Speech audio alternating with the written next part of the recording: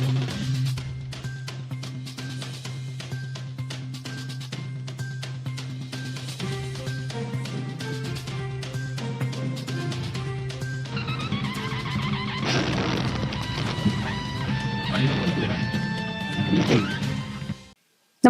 आपण पाहता हिरकणी न्यूज.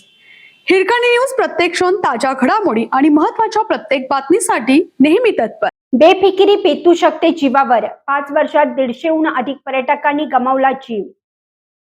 आषाढ श्रावण महिना सुरू झाला की सह्याद्रीच्या काळ्या कुट्ट कड्यावरून कोसळणारे पांढरे शुभ्र धबधबे आणि हिरवीगार निसर्गसृष्टी पर्यटकांना साथ घालू लागते.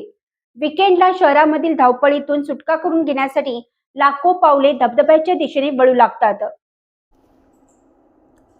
महाराष्ट्रात सध्या वर्षा पर्यटनाला मोठा बहर आला आहे.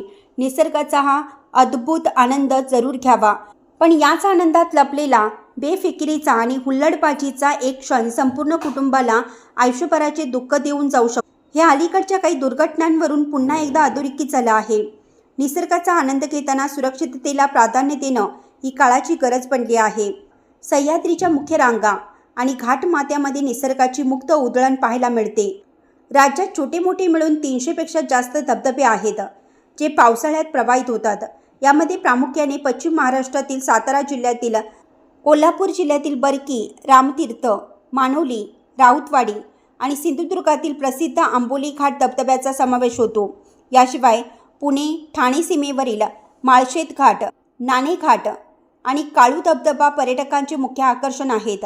तर कोकण आणि उत्तर महाराष्ट्रात देवकुंड, कुंभे, पांडवकडा तसेच रंधा व दुगरवाडी धबधबे पर्यटकांना भुरळ पाडत आहेत.